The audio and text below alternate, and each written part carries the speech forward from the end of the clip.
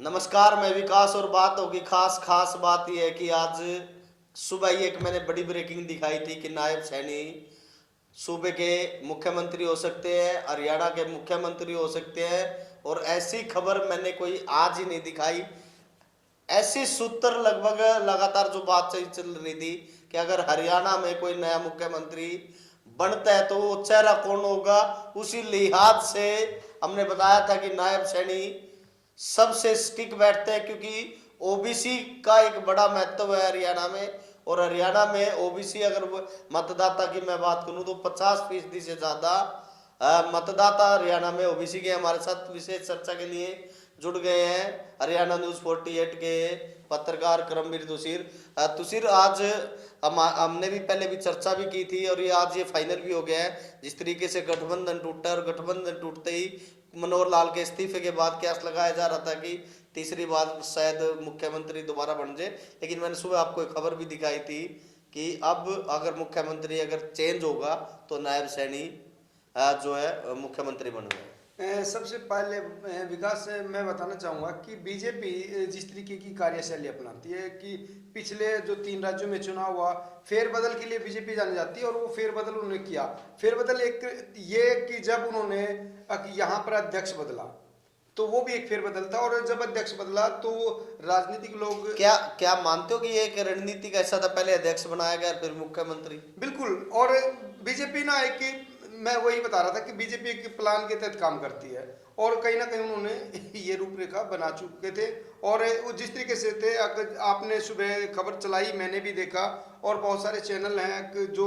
सूत्रों के हवाले से तमाम बातें कर रहे थे। तो नायब सैनी एक ऐसा चेहरा था, हालांकि कंवरपाल गुर्जर का भी नाम लिया जा रहा था, परंतु कंवरपाल गुर्जर भी ओबीसी की अगर आप बात करते वहां आता है, पर कंवरपाल गुर्जर अपनी गेंद मनोहर लाल खट्टर के पाले में डाल चुके थे और मनोहर लाल खट्टर को कहीं ना कहीं बीजेपी कुछ और उसमें तलाश रही है, इसलिए नायब सैनी को वो देख अब कहीं ना कहीं ये भी बात सामने आ रही है कि मनोहर लाल खट्टर शायद अब ऊपर की राजनीति करेंगे, यानी उनको अब मोदी कैबिनेट में एडजस्ट किया जा सकता है। आपने देखा होगा कि द्वारका एक्सप्रेस वे में जब मोदी जी कह सकते हैं कि वो प्रधानमंत्री हैं, जब वो भाषण दे रहे थे और उन्होंने चर्चा की उस कार्यकाल की जब वो मनोहर लाल के साथ काम करते थे हरियाणा में, और उस समय उन्होंने बताया कि मनोहर के साथ जो उनका संबंध है, तो कहीं ना कहीं ये 100% हम मान सकते हैं कि वो सेंटर की राजनीति में मनोहर लाल खट्टर देखिए, को ले जाना चाहते हैं। मैं आपको बता दूं, ये जो फेरबदल हुआ है, इस फेरबदल का एक मुख्य और बड़ा कारण ये था, कहीं ना कहीं विधायक जो थे बीजेपी के, हालांकि मनोहर लाल खट्टर से खुश थे लेकिन बदलाव जरूर चाहते थे कि क्योंकि जिस तरीके से हरियाणा में जातिगत अगर सिस्टम को देखे, कहीं ना कहीं एक बीजेपी अपनी एक सिनेरियो चुनाव से पहले हमेशा बनाती है। अभी एक बड़ा धमाका जो मैं कहीं ना कहीं देखता हूँ, कहीं ना कहीं ये चुनाव भी अब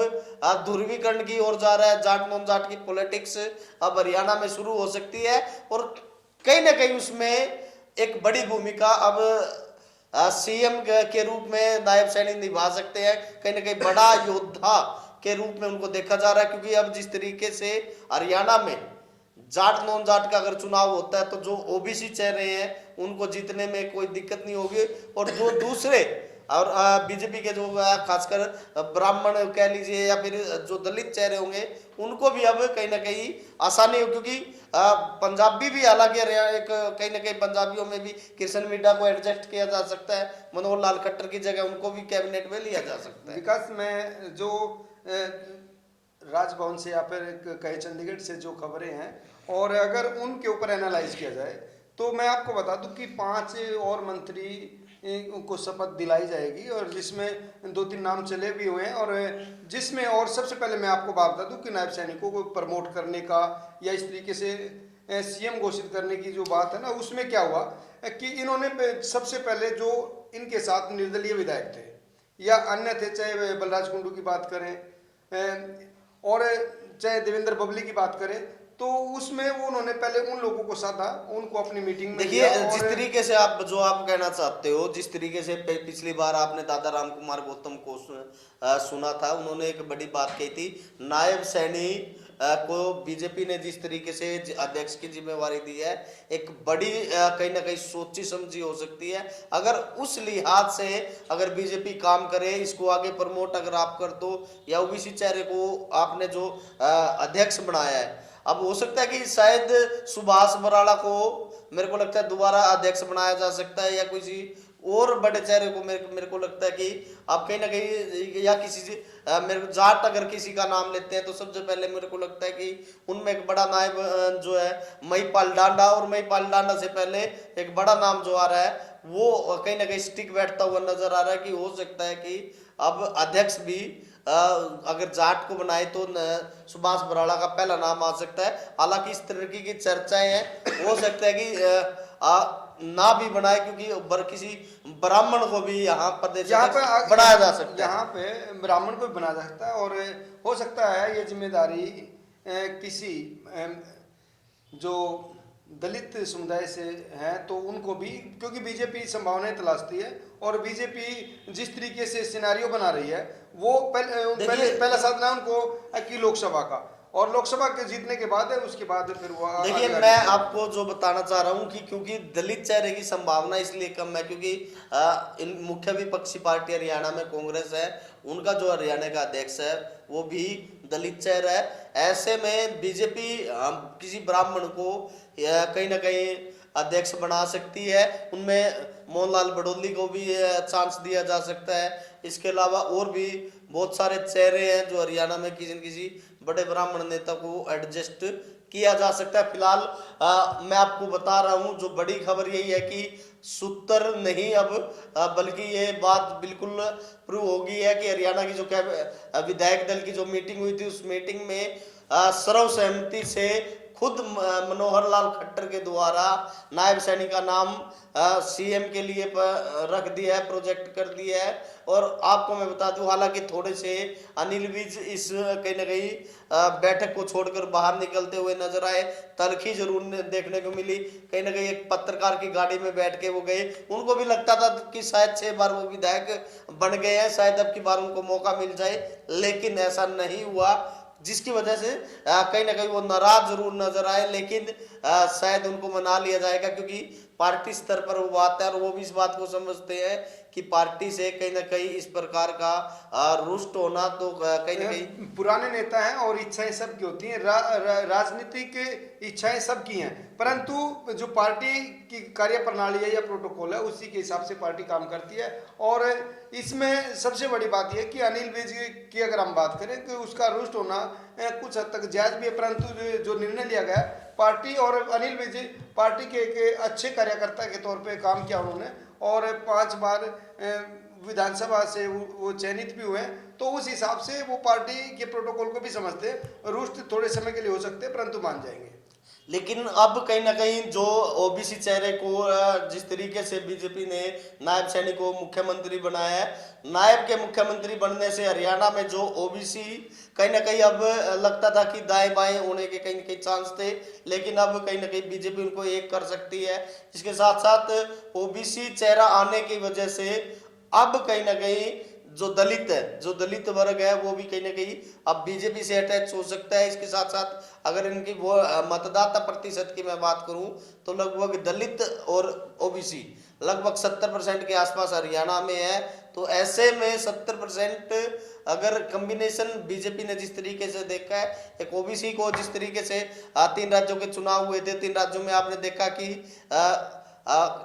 राजस्थान में ब्राह्मण चेहरे को इन्होंने मुख्यमंत्री बनाया था, कहीं ना कहीं एक मैसेज दिया था कि जो राजनीति में संभावनाएं जो प्रयोग बीजेपी कर रही है,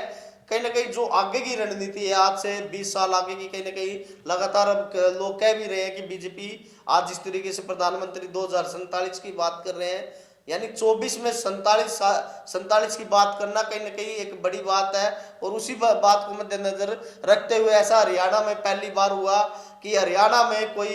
ओबीसी चेहरे को पहली बार किसी पार्टी ने कितनी बड़ी तवज्जो दी है, सीएम कहीं ना कहीं बनाया है। तो कहीं ना कहीं ये लोकसभा में बीजेपी को फायदा मिल सकता है। बिल्कुल बिल्कुल सही कहा विकास। और पार्टी ये देखती है कि किस तरीके से और किस चीज़ पे आज तक काम नहीं। 1966 में हरियाणा बना, 1967 में पहला चुनाव लड़ा गया, और तब से आज तक अगर क्योंकि बीजेपी ने उस चीज़ को समझा। बैकवर्ड की अगर बात करें, ओबीसी की बात करें तो, और दलित की बात करें तो वो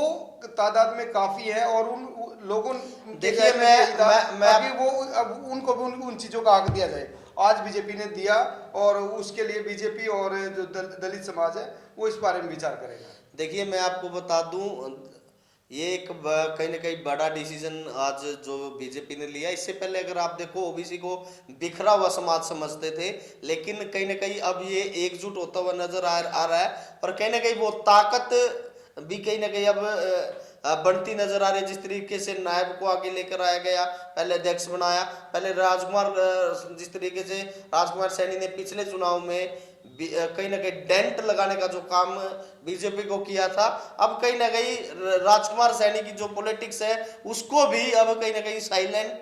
कर दिया गया है। और सीएम के तौर पर जिस तरीके से उनको प्रमोट किया गया है, तो राजकुमार सैनी के लिए भी एक बड़ा संकेत है, उनकी पार्टी के लिए भी एक बड़ा संकेत देने का काम बीजेपी ने किया। यहाँ चलिए मैं आपको बता दूं, अभी फिलहाल जाट नॉन जाट कार्ड हरियाणा में बीजेपी ने फेंक दिया है। इसका असर हरियाणा की लोकसभा की 10 की 10 सीटों पर रहने वाला है। आप हमारी राय से कितना संतुष्ट है, कमेंट बॉक्स में जरूर बताएं। आपका बहुत बहुत शुक्रिया, बहुत बहुत धन्यवाद।